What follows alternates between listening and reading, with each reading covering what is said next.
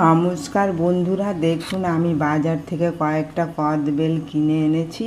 তো ভাবছি এই কদবেলগুলো দিয়ে আচার করব। আচার করার জন্য আমি কদবেলগুলোকে ফাটিয়ে তারপরে ভালো করে এর থেকে বের করে রোদে শুকিয়ে নেব, তারপরে দেখাবো আচার কি করে করি।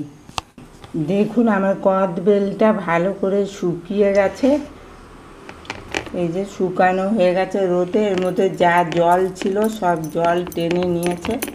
এবার আমি আচার করার জন্য তৈরি। কালো জিরে দিয়ে দিলাম, সব শুকনো খোলায় আমি ভেজে নিচ্ছি মশলাগুলো।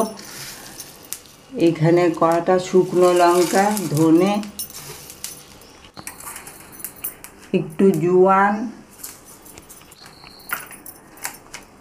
একটু মেথি আর একটু মৌরি দিয়ে দিচ্ছি।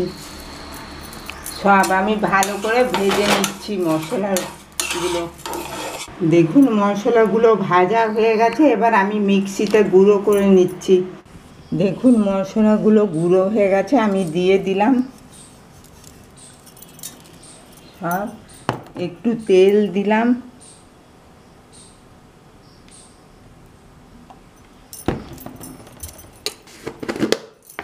একটু চিনি দিয়ে দিচ্ছি,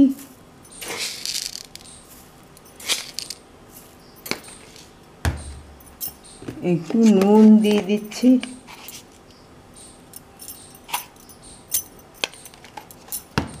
এবার আমার দেখুন কদবেলের আচার তৈরি হয়ে গেছে।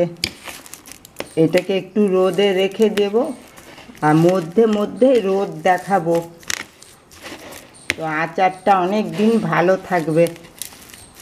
আর খুব ভালো লাগে এই আচার, কদবেলের আচার খেতে।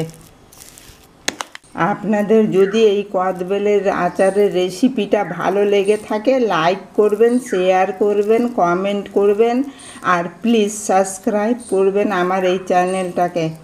আপনারা ভালো থাকবেন, সুস্থ থাকবেন। আমার সাথে শুরু থেকে শেষ পর্যন্ত থাকার জন্য অনেক অনেক ধন্যবাদ।